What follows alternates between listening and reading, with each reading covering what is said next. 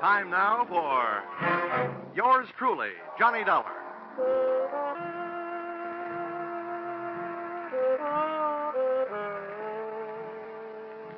The next half hour has its baggage packed to take a trip with America's fabulous freelance insurance investigator, Johnny Dollar. At insurance investigation, he's just an expert. At making out his expense account, he's an absolute genius.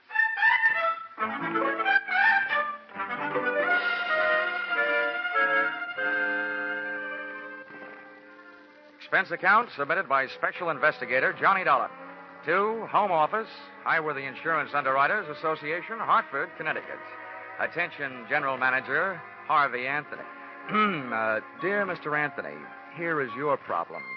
The following is an accounting of my expenditures in the case of the $100,000 legs, or who put your company out on the limbs. Expense account, item 1, $60.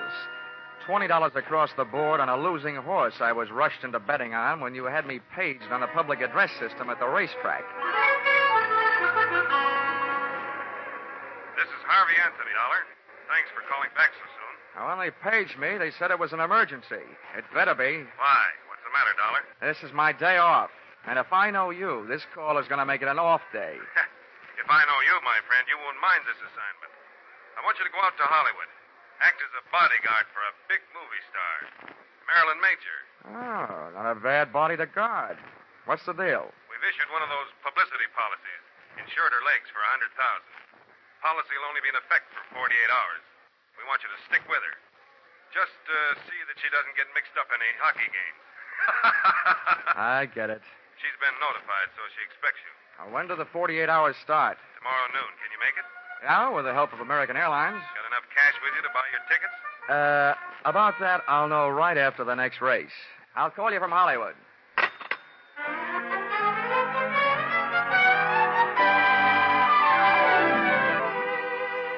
Expense account, item 2, $10. Borrowed from a friend. Taxi fare from the racetrack to town, where I cash check to pay, item 3, $186.13. Plane fare, Hartford to Hollywood. Item 4, $3.50.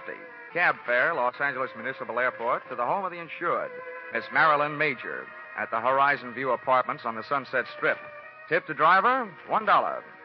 Miss Major's apartment had the best view of the horizon, it being the penthouse. But her outlook was anything but rosy. I found the apartment door open. First I looked in, then I went in.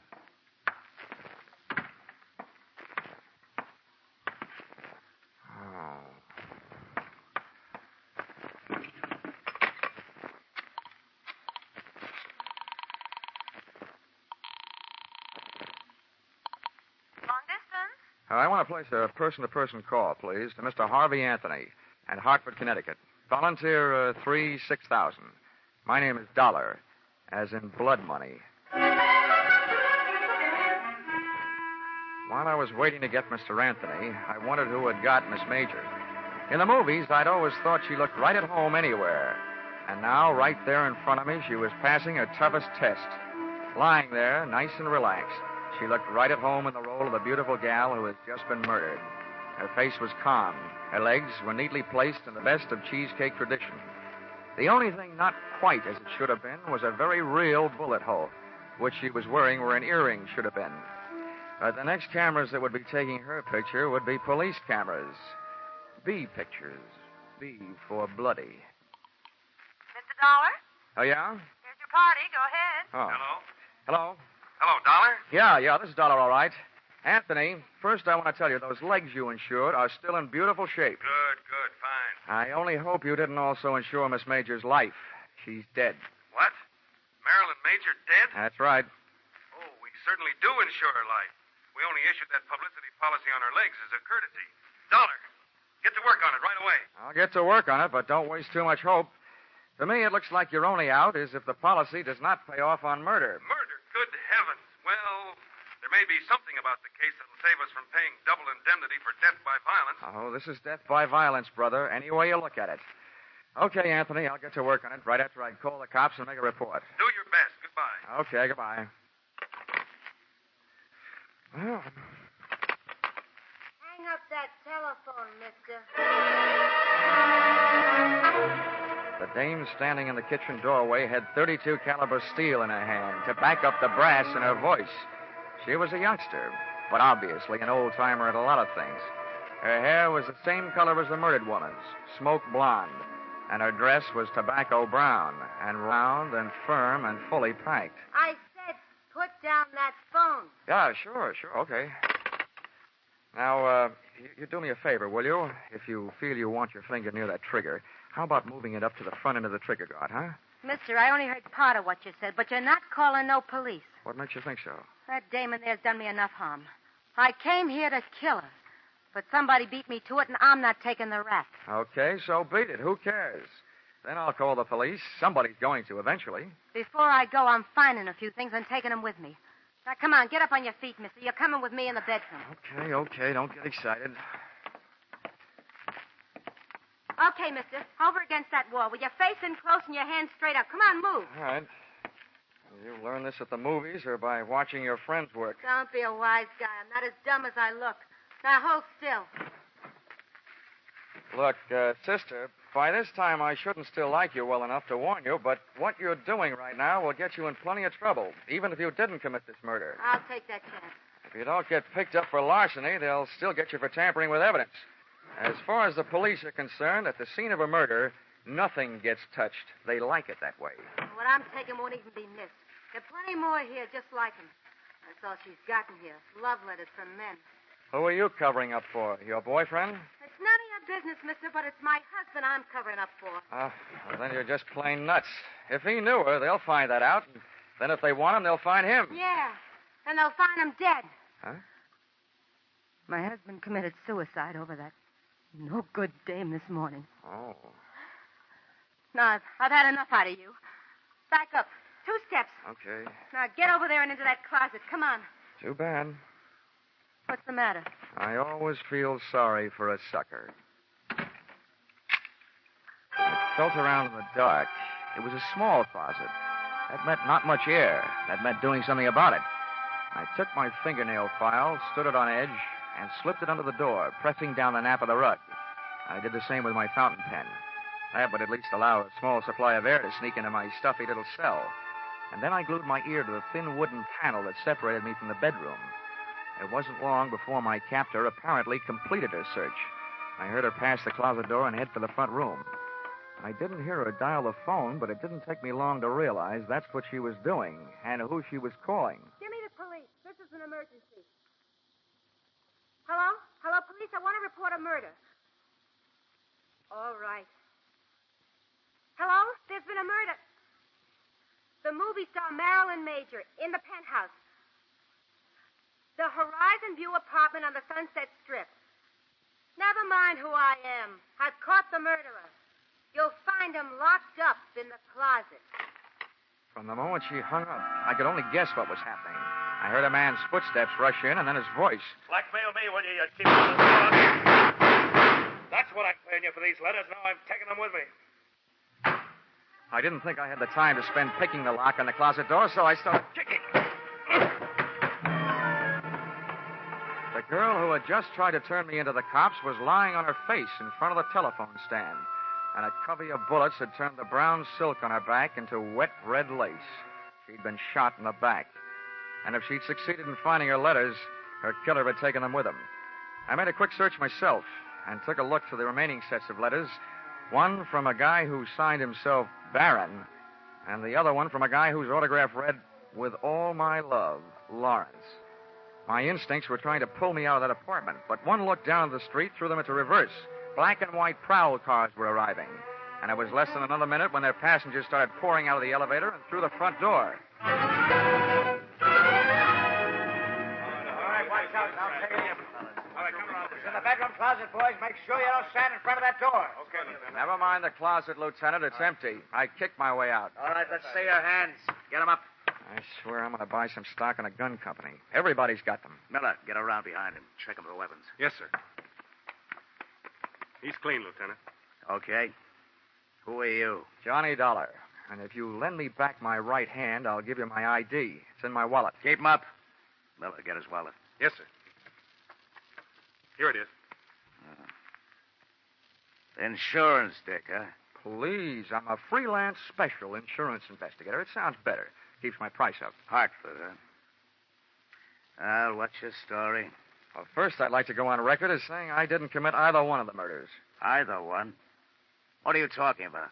Well, this one here is the girl who phoned in the report that brought you here. The one she was talking about, Marilyn Major, is lying just as dead on the floor in the bedroom. Miller, get in there and take a look. Yes, sir. While he's looking, you keep on talking. Okay, I'll start from the beginning. I was sent out here by Highworthy Insurance. They just issued a policy on the legs of that dame in the other room.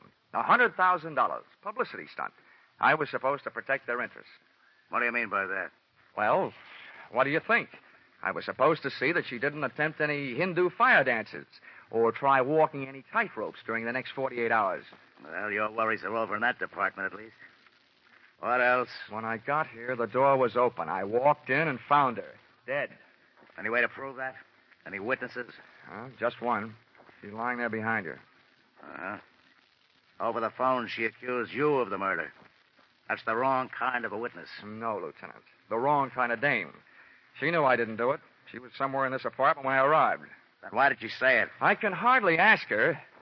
Listen, Lieutenant, she did tell me that she came here to get some letters. Her husband had written them to the major dame. She said she was trying to protect him. From what? Who knows? Maybe she just wanted him arrested in peace. The guy committed suicide this morning. We can't check your story with him, can we? You've got a lot of dead friends. How did this one here get that way? I'm not sure. While I was in the closet, I heard her call you. And then a man came in and yelled something about blackmail at her and shot her. And naturally, he had disappeared by the time you kicked your way out of the closet. That's right. This story of yours may win some kind of a prize dollar, but not for me. I'm not a judge. That's one thing in my favor. Hey, Lieutenant, I got something. The dame is dead, all right. And look what I found in that closet. A fingernail file, a fountain pen with a name on it, Johnny Dollar, and a .32 caliber revolver jammed in a shoe. Well, Dollar, that combination puts you in a kind of jam, too. Look, Lieutenant, I think I can make you see things my way if you let me go through my story once more. I was sent out here by Highworthy Insurance Underwriters.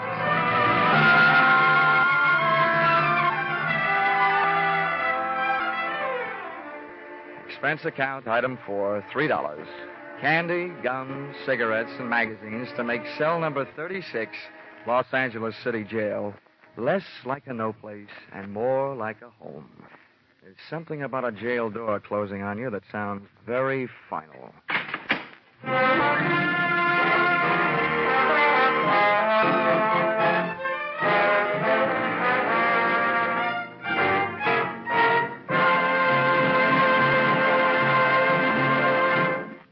In just a moment, we'll return to the second act of Yours Truly, Johnny Dollar.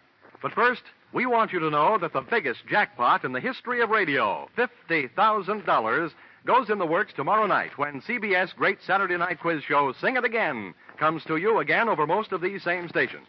$50,000, $25,000 in marvelous prizes, plus $25,000 in cold, hard cash. And that's only the beginning.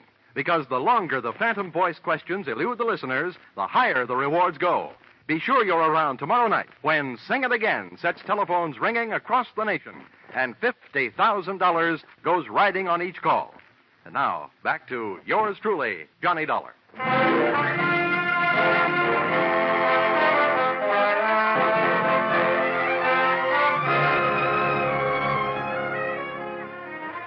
When I accepted this Hollywood assignment, I visualized spending much of my time gazing upon bars, but not the kind offered by cell number 36. The guy who said stone walls do not a prison make had never been a guest in the Los Angeles City Jail. He had a better chance of getting out of Bartlett's quotations than I had of getting out of there. But, as we keep saying in the insurance racket, never say die.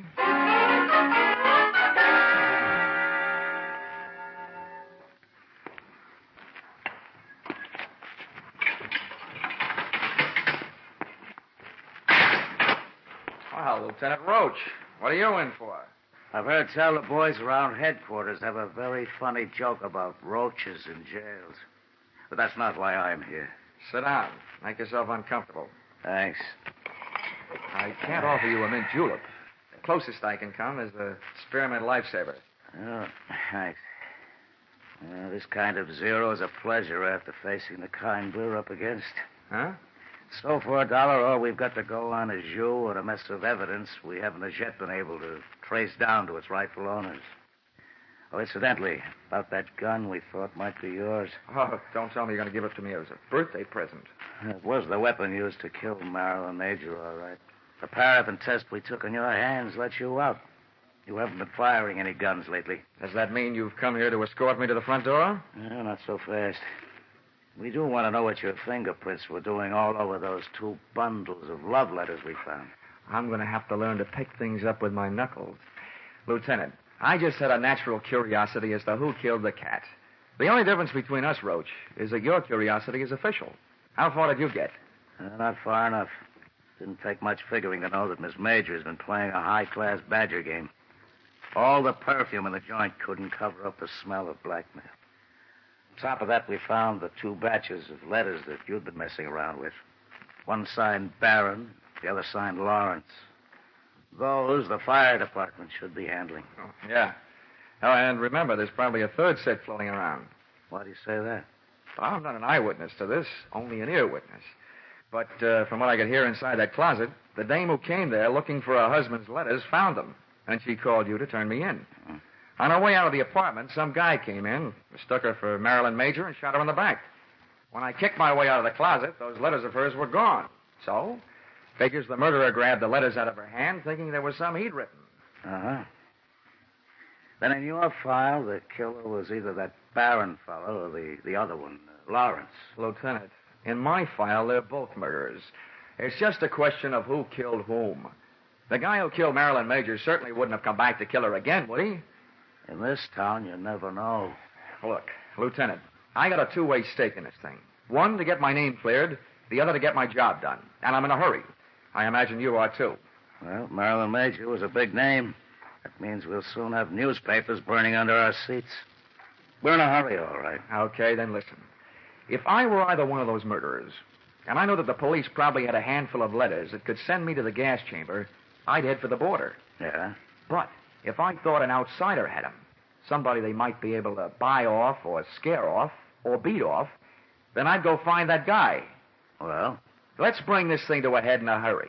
Run a story in the papers. Tell them you released me. Tell them I escaped. Tell them anything, just so long as you tell them that you suspect that I have those letters hidden someplace. Well, if you don't mind taking the chance of having 2 murderers gunning after you, we certainly don't. Oh, I mind. Believe me, I'm not doing you any favors. It's just that I'll feel safer in my own hands. Okay, Mr. Pigeon, you've got yourself elected. We'll publish that story. Then we'll let you fly the coop. Good enough. Just make sure that you give me plenty of fighter cover. Expense account, item 6, 7 cents. Purchase of newspaper, an extra edition that hit the street about a half an hour before I did. Item 7, $5. A big square meal to make up for the ones I'd missed, ignoring the little round beans while a guest of the city. Seeing the lieutenant's fiction in black print on the front page of a newspaper almost had me believing it. There was my picture, big as life. And when those birds set up a pigeon, they made sure everybody would know the location of his roost. Firmly planted high in the story was the name of the hotel into which they had registered me, and to which I was under orders to proceed immediately.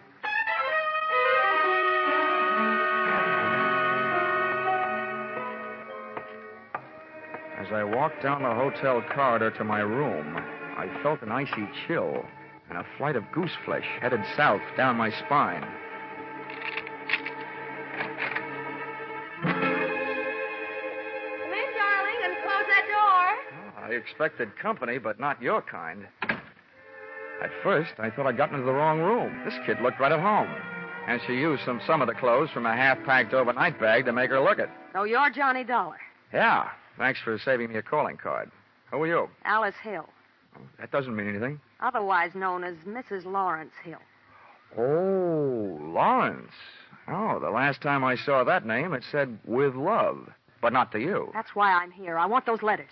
Why aren't you carrying a gun? It'll be here if we need it. We? Yes. My husband's down in the lobby. Look, if you give me those letters he wrote, I'll pack up my little bag and leave, and everybody will be very happy. Yeah? I think I know the next line, but go ahead. I hope you keep on being that smart. My husband was watching for you when you came in, so he knows you're up here. Naturally, he knows I'm here, and he's on his way up. We want those letters. This isn't just a Badger game. This is the World Series. If I don't give you the letters, your husband busts in here, shoots me, and I get written off under the unwritten law. Neat, neat, neat. It's a handy law. You're right. It's covered a multitude of sins. Where are the letters? Where's your husband? What's the matter with you? What do those letters mean to you? Well, right now, they look like my only hold on the future, Mrs. Hill. How do I know that you and your dear Lawrence won't kill me after you get them? Do you want me to take your word for it? Well, I have to trust Lawrence. He'll know what to do. I already know. There's nothing else for him to do. Look, Mrs. Hill, why don't you wise up? Your husband is ready to commit one murder to remove the evident motive for another. And he's dragging you into this with him.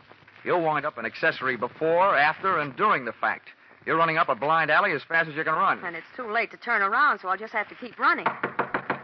Ah, well, here he is.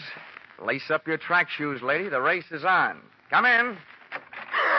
All right, sit still. Freeze, both of you. It's okay, Alice. You can hold off on the dog and pony show. Save it for the witnesses when they arrive.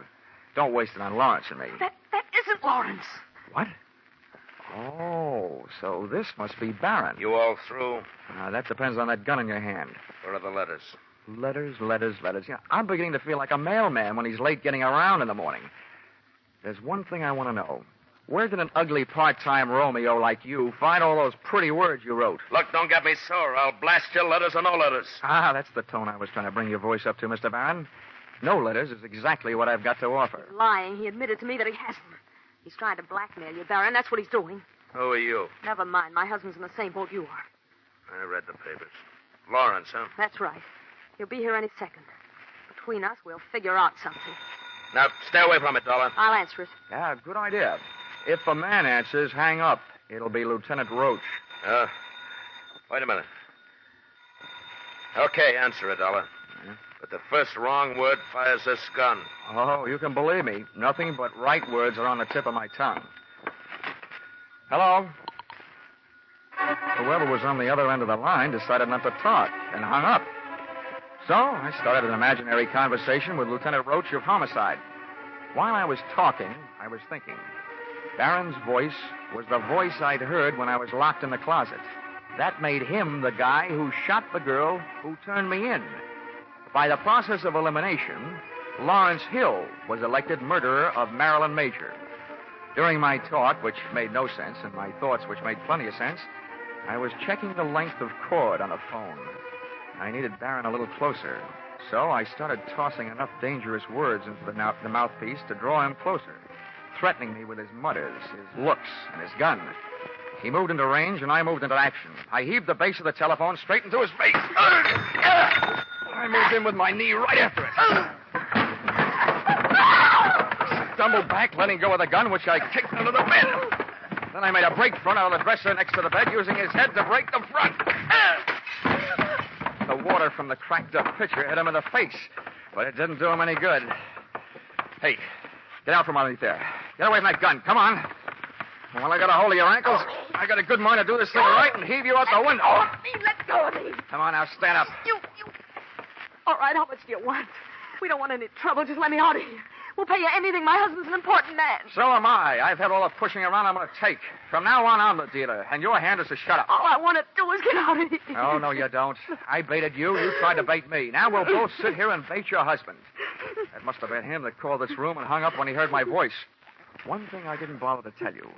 Your husband couldn't have known I was up here until then, because I came in the hotel the back way and came up here the back way. Elevator and all. What do you mean? You baited me. Why do you think the police put my name, my address, and my picture in the newspapers? To draw autograph on us? Oh. Oh, is right. Now get over there in the corner while I retrieve Mr. Barron's gun from under the bed before some mouse crawls out of the woodwork and tries taking a shot at me. Go on, get going. Turn around. Okay.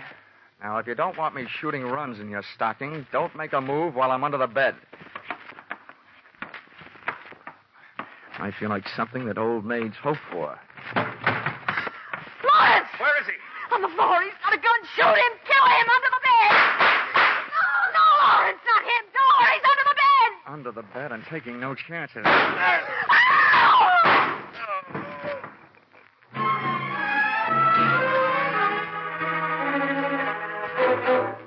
Listen, Roach, you may be a lieutenant to the police department, but to me, you're just a big, fat private. Now, calm down, darling. I don't mind setting myself up as a pigeon, but you promised me protection. Where was it? Temper. Now, who's who here? Let's get these stiffs sorted out, then we can talk. There's only one stiff. The other one, the one near the door, is Lawrence. He's only wounded. I had to shoot his pins out from under him. He came crashing in and killed Barron by mistake. That's Barron over there by the bed. Another case of mistaken identity? How did he miss you? I happened to be under the bed at the time. Oh. And I wasn't hiding. No? I was looking for a gun, and I found it, and I used it. And if I had one right now, I'm not so sure I wouldn't use it on you. You still haven't told me why you left me here alone, holding the sack all this time. I'll tell you why. And I guess it was our fault. The men I had posted in the lobby didn't see you come into the hotel. Well, how do you like that? Johnny Dollar. Wise guy. Huh? Lieutenant, I got some news for you. Just to make sure I was taking no chances, I came in the back way.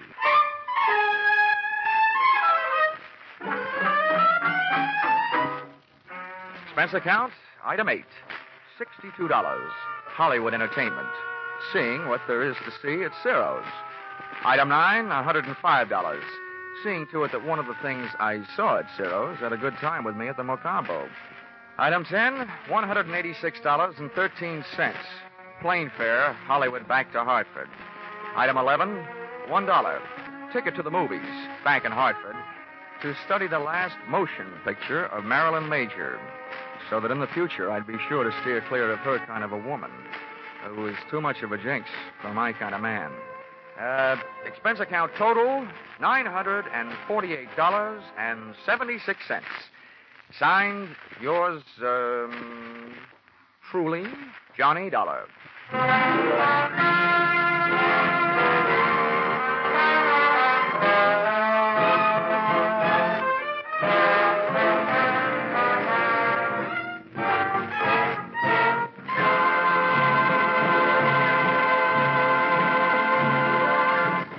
In keeping with the Easter season, you'll hear a different kind of story on CBS Gangbusters tomorrow night. The authentic story of a former gangster's fight to go straight, broadcast in cooperation with outstanding parole authorities. You'll find this Easter Eve Gangbusters drama as gripping as any program CBS has ever brought to you. Tomorrow night, you'll also find a mid-April adventure with the intriguing title, The Heat Wave, on CBS Philip Marlowe program. Gangbusters and The Adventures of Philip Marlowe are regular Saturday night features on most of these same CBS stations.